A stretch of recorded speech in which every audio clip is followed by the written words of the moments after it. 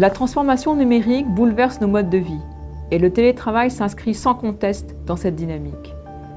Sa législation a été nettement retouchée dans le cadre de la réforme Macron pour offrir plus de flexibilité. Premier changement, le télétravail n'est plus seulement celui qui est régulier. Le télétravail occasionnel est désormais reconnu. Un autre changement majeur est celui relatif aux modalités de mise en œuvre. Le télétravail est mis en place soit par un accord collectif, soit par une charte élaborée par l'employeur. En l'absence de l'un ou l'autre, il s'agira d'un simple accord entre salariés et employeurs formalisé par tout moyen.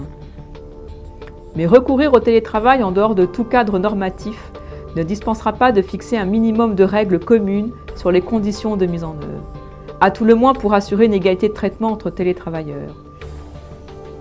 Si le télétravail repose en effet sur le volontariat, il faut souligner qu'en cas de refus, l'employeur devra le motiver par des éléments objectifs. Quoi qu'il en soit, recourir au télétravail invite à une réflexion sur l'exécution même du travail à distance. Par exemple, au regard des règles en matière d'hygiène et de sécurité. La présomption d'imputabilité d'un accident étant désormais étendue au télétravail. Mais encore au regard de la sécurité du traitement des données à distance ou des surcoûts liés au télétravail. Sans oublier les règles de l'ANI du 19 juillet 2005, toujours en vigueur. Le télétravail est aujourd'hui perçu comme une opportunité pour les salariés comme pour les employeurs.